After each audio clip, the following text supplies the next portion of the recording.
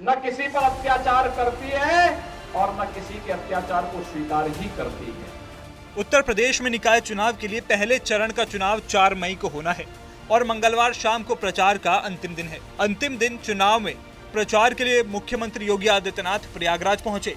अतीक अहमद की हत्या के बाद मुख्यमंत्री पहली बार प्रयागराज पहुंचे। सीएम योगी ने एक बार फिर माफियाओं को निशाने पर रखा और अतीक अहमद का नाम लिए बिना ही माफियाओं को अपना संदेश दिया। मुख्यमंत्री योगी ने अपने भाषण की शुरुआत तुलसीदास की लिखित चौपाई से की। उन्होंने कहा, कर्म प्रधान विश्व रचि राखा, जो जस करई तो तस फल चाखा। जो जैसा कर्म करेगा उसको उन्हीं कर्मों के अनुसार फल भी भोगना पड़ेगा। यही संसार का विधान है। रामचरितमानस में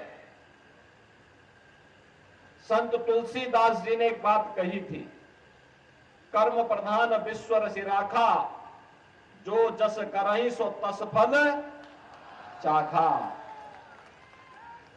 और मुझे लगता है कि ये पंक्तियां आज भी उसी प्रकार की प्रासंगिक हैं जैसे मध्यकाल में थी।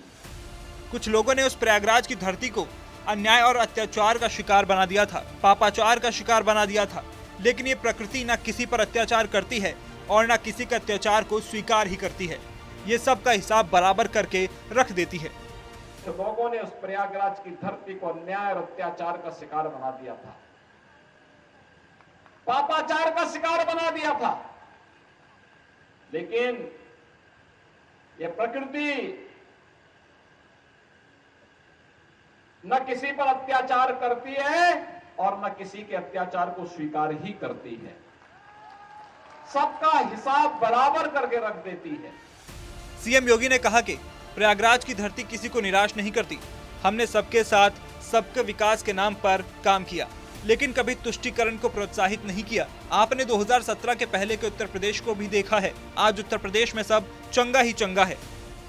कभी निराश नहीं होने देता। ये प्रयागराज की धरती है, ये कभी सात्विक प्रवृत्ति को निराश नहीं करती है। मैं जानता हूं कि आपका आशीर्वाद यहां पर श्री गणेश के सरवानी को प्राप्त होगा, कोई संदेह नहीं। उन्होंने प्रदेश और केंद्र सरकार की उपलब्धियों का जिक्र करते हुए कहा कि हमने किसी के साथ भेदभाव नहीं किया। बीजेपी का मतलब सबका साथ सबका विकास है, सबका विश्वास भी है, परिणाम लाने के लिए सबका प्रयास भी है। सभी लोग मिलकर जब काम कर रहे हैं। हमने लोकतंत्र दुनिया को दिया है, एक समान अधिकार, राजा हो या रंक हो, सभी लोकतंत्र में एक समान वोट का अधिकार प्राप्त करते हैं और अपने इस वोट की ताकत का एहसास दुनिया को कराते हैं और भारत ने समय समय पर किया कराया है। और भाइयों बहनों, एक और वैश्विक मंच पर बढ़ती हुई भारत की ताकत, भारत का सम्मान, भारत के बारे में दुनिया का नजरिया बदल चुका है। और भारत में प्रधानमंत्री मोदी जी के नेतृत्व में बदलते हुए भारत को आपने देखा है। आज कैसे भारत न केवल दुनिया के अंदर अपना सम्मान बनाया है, बल्कि अपने नागरिकों के हितों का संरक्षण करने, अपनी स्वयं की सुरक्षा करने, कैसे एक एक करके प्रत्येक नागरिक के जीवन में परिवर्तन करने का कार्य किया। मुझे आश्चर्य होता है जब भाजपा की बात होती है और भाजपा को जब लोग ये बोलते हैं कि फलानी जाति का वोट मिलेगा कि नहीं मिलेगा, संदेह की नजर से बोलते हैं, तो मुझे लगता है कि इन्होंने भाजपा को लगता है समझा नहीं है।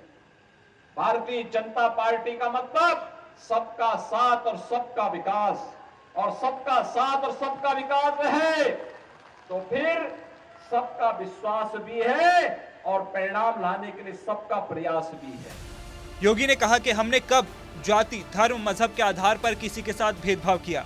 हमने तो तुष्टीकरण को भी प्रोत्साहित नहीं किया। जो तुष्टीकरण को प्रोत्साहित करते थे वही भेदभाव करते थे, वही विभाजन भी करते थे। हमने तुष्टीकरण पर नहीं, सशक्तिकरण पर काम किया है। भाइयों बहनों, यही कहने के लिए आज मैं आपके पास आया हूं। हमने तो सबका साथ और सबके विकास के भाव के साथ काम किया। हमने कब जाति के नाम पर किसी को, मत और मजहब के आधार पर किसी के साथ भेदभाव किया?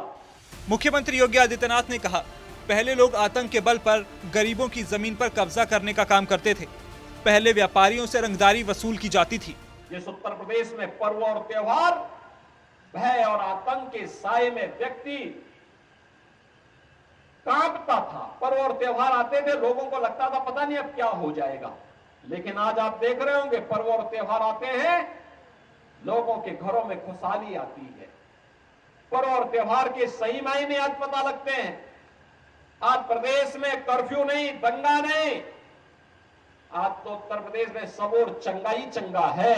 और भाइयों बहनों, इसलिए है क्योंकि सरकार की कार्रवाई जीरो टॉलरेंस की है।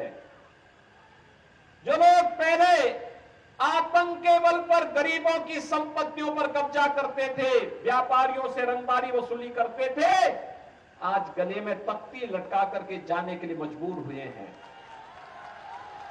आज व्यापारी को कोई व्यापारी रंगदारी नहीं देता है। आज भाइयों बहनों रंगदारी नहीं, आज तो हम व्यापारी को राज्य सरकार की ओर से व्यापारी कल्याण बोर्ड के माध्यम से 10 लाख रुपए की सुरक्षा बीमा दे रहे हैं। आज युवाओं के हाथ में तमंचे नहीं है, क्योंकि वो जान गए हैं कि हाथ में तमंचे का परिणाम क्या होता है। आज उनके हाथ में टैबलेट है। जो तमंचा पकड़ते थे, उनकी दुर्गति पूरा प्रदेश देख रहा है। किसी भी प्रकार का सौदों का आतंक नहीं। आज तो हमारे नगर सेफ सिटी हो रहे हैं। बेटियां स्कूल जा सकती हैं, व्यापारी व्यापार कर सकता है। आज युवाओं के हाथों में तमंचे नहीं, क्योंकि सबको मालूम है कि तमंचे की कीमत क्या होती है और तमंचे की दुष्परिणाम भी क्या होते हैं। आज भाइयों बहनों, उत्तर प्रदेश के युवाओं के हाथों में टैबलेट है। टैबलेट 2 करोड़ युवाओं को हम लोग उत्तर प्रदेश में टैबलेट दे रहे हैं। ये टैबलेट उसी के टैलेंट, टेक्नोलॉजी और ट्रेनिंग के साथ जोड़ करके उसकी प्रतिभा का लाभ उत्तर प्रदेश के लिए लेने की पूरी व्यवस्था की गई है। देश उसका लाभ ले ले। जो तमंचा पकड़वाते थे, उनकी दुर्गति हर व्यक्ति देख रहा है। और इसीलिए अब तमंचा नहीं, उत्तर प्रदेश की पहचान आईटी स्किल के लिए जानी जाएगी। और इसलिए हमारे युवाओं के हाथों में टैबलेट रहेगा।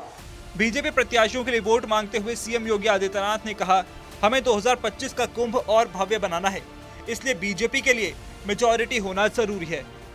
आप गणेश जी को जिताएंगे, कोई समस्या नहीं। हर ओर से आवाज आ रही है, जनता जनार्दन आशीर्वाद दे रही है, लेकिन इनके हाथ पैर तो नगर निगम बोर्ड में पार्षद होंगे, पार्षद। इसलिए 100 पार्षदों में से भी इनका मेजॉरिटी का बोर्ड बने, इसके लिए भी कमल का फूल हर वार्ड में खिलता हुआ दिखाई देना चाहिए।